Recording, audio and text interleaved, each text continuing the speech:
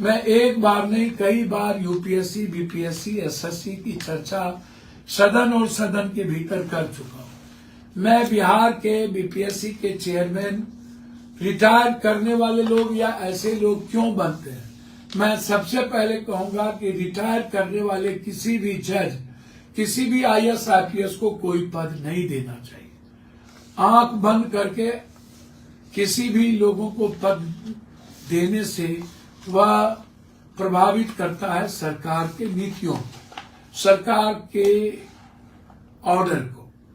मैं बार बार कहता हूं कि कुछ चीजें जो कंप्लीट रूप से आरबी गवर्नर है, चुनाव आयोग है, कोर्ट है, न्यायाधीश है, इनको स्वतंत्र तरह से यूपीएससी, बीपीएससी, एसएससी हमारे जो बच्चे का एग्जाम कंडक्ट करते हैं उसको बिल्कुल पारदर्शी रखनी चाहिए। राजनीति से दूर या तो इस देश की जनता बनाए तय करे या नहीं तो एक रेगुलेटरी बॉडी जो न्यायाधीश भी हो, प्रबुद्ध लोग हो, वो तय करे। लेकिन जब नेता और कोई सरकार इसको तय करती है तो फिर संस्थाएं दिग्भ्रमित होती है, विचार मिटता है और निर्णय प्रभावित होता है। मैं बार बार फिर कह रहा हूं कि एक बार नहीं, चाहे वो राजू हो चाहे परमार हो, जिस पर विजिलेंस का केस चल रहा हो, एफआईआर लॉज हो, उसको बीपीएससी का चेयरमैन अनचेयरमैन बनाना ये कहाँ की समझदारी है? मुझे नहीं पता कि किस आधार पर इनको बनाया गया, कितने करोड़ों करोड़ रुपए की डील हुई, लेकिन मैं इतना जानता हूं बीपीएससी, एसएससी, यूपीएससी जितनी बड़ी संस्थाएं इस देश में है, ये सब के सब सत्ता से जुड़ी हुई संस्था है और ये पैसा कमाने का एक कारखाना है जिसमें कोचिंग, नेता, माफिया और सेंटर चेयरमैन ये सब की मिली भगत है। कोचिंग के टीचर को जब कोई बच्चा, मैं आपसे पूछता हूं, आप बच्चों से, ये कौन है, कौन लोग हैं? क्या ये कोचिंग वाले पैसा नहीं लेते हैं? ये बिना सेटिंग के ये इनके यहां से बच्चा पास होता, आपको लगता है? आप ऐसा समझते हैं? आपसे मैं पूछता हूं कि क्या बिना किसी सेटिंग के बच्चे पास हो सकते हैं? उदाहरण मैं दूंगा, आप हमको बताइए ना। और जिन कोचिंग वाले को आप कभी हीरो मानने लगते हैं, ये तो आप ही करते हैं। ये सरकार को और मुख्यमंत्री विपक्ष को हीरो कौन मानता है? इन दोनों, कभी इंडिया की सरकार, कभी एनडीए की सरकार। इंडिया की सरकार में भी चाचा भतीजा क्या कब क्वेश्चन आउट नहीं हुए थे? क्या 90 से एक ही जिला नालंदा, क्या वहां से क्वेश्चन आउट लगातार नहीं हो रहे हैं? मेडिकल से लेकर के सारी क्वेश्चन एक ही शहर से, एक ही जिला से। सोना की चोरी हो, सुबोध राय डकैत बने तो उसी जिला से, और उसको पूरा संरक्षण प्राप्त हो, पूरा एडमिनिस्ट्रेशन का, सत्ता का, क्योंकि सारे सोने की चोरी और डकैती का पैसा इन पदाधिकारियों के बीच बंदर बाट होता है। दारू का खेल हो चाहे जमीन माफियाओं का, सब के सब नालंदा हाजीपुर में भरे हुए हो, पटना में भरे हुए हो। और ऐसे लोगों को यूथ लोग आप अपना आइकॉन बनाते हैं। तो लगातार हर दल के नेता एग्जामिनेशन घोटाले वाले को चुनाव लड़वाते हैं, बालू माफिया को चुनाव लड़वाते हैं, फिर आप ऐसे नेताओं का ही समर्थन मांगते हैं। और एक बार यदि कोई नेता आपसे बात कर लिया, सत्ता में रहता है तो आपकी बात कोई सुनता नहीं है, ना कोई क्वेश्चन, ना कोई एग्जामिनेशन कैंसिल करता है। पप्पू यादव कौन सी ऐसी लड़ाई है?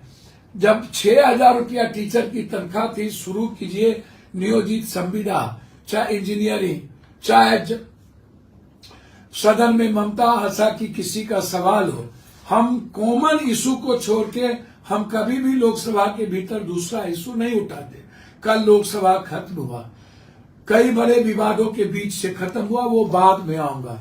लेकिन आज मैं अपने छात्रों से और अपने गार्जियन से पूछना चाहता हूं, ये कोई 1 महीना, 2 महीना, 2 साल, 4 साल, 5 साल, 10 साल, 20 साल की बात नहीं है। या मैं जानता हूं नीतीश जी एक ईमानदार आदमी है, लेकिन उनकी पूरी सिस्टम सड़ चुकी है। उनके पूरा मंत्रिमंडल बिना पेंदी के लौटा है। लगभग 10% 2% मंत्रिमंडल को यदि मैं छोड़ दूं, जाति के आधार पर लोग मूल्यांकन करते हैं। जब उनके प्रवक्ता गाली देने लगते हैं, सूप बाजे तो बाजे, छलनियों बाजे, शीशे के घर में रह के पत्थर फेंकते हैं। जब गठबंधन उधर जाता है तो बाप वो हो जाता है, गठबंधन इधर जाता है तो बाप बदल जाता है। ऐसे लोगों का धर्म दीन नहीं है जो अपना कैरेक्टर सियासत के आधार पर बदलता हो। विचार बदलना दिक्कत नहीं है, लेकिन जब व्यक्तिगत और निजी हमला कोई करता हो, इधर से उधर उधर से इधर, तो मुझे तकलीफ होती है। और मुझे लगता है कि जो यूथ लोग, छात्र लोग धरना पर बैठे हैं, मुझे नहीं जाना चाहिए वहां। मैं एयरपोर्ट से उतरा था और हम गए थे। एक बहरूपिया कोचिंग मास्टर, कोचिंग टीचर गुरु रहमान, मैं उनके बारे में, किसी के निजी जिंदगी के बारे में या किसी के बारे में नहीं कहना चाहता हूं। मैं सबकी इज्जत करता हूं, चाहे वो कोई दरोगा बनाने वाला बड़का खदान हो जाए, चाहे टीचर बनाने वाला, चाहे खान सर हो। सबसे मेरे व्यक्तिगत रिश्ते अच्छे हैं, पारिवारिक रिश्ते भी हैं। मेरा बेटा डकैत हो जाए, गलत हो जाए, तो क्या मैं सपोर्ट कर दूं? मैं व्यक्तिगत रिश्ते की इज्जत करता हूं। जब कोई यूट्यूबर ओपिनियन बनाने लगता हो और गाली देने लगता है तो मुझे अच्छा नहीं लगता। हम जब गए थे तो प्रवचन और भाषण चल रहा था, बच्चे हो कर रहे थे। बच्चे को लगा कि मैं भीड़ में आ गया। एयरपोर्ट से उतर के हमेशा पप्पू यादव आपके लिए लड़ना चाहता है। सदन में सबसे पहला दिन पप्पू यादव आपके मुद्दों को ही उठाया। लगातार मेरी बेटियों ने हमको कहा उठाने के लिए, हम उठाते रहे।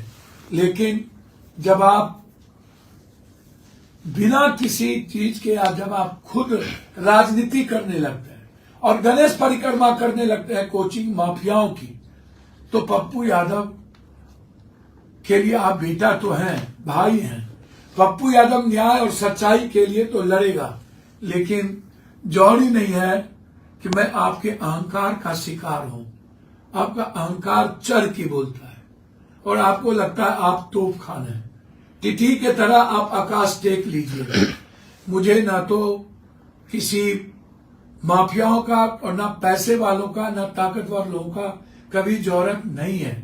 मैं भी तंत्र से राजनीति नहीं करता। मेरी लोकतांत्रिक मूल्यों में और मुद्दों पर आधारित, गरीबों पर आधारित काम करता हूं। जो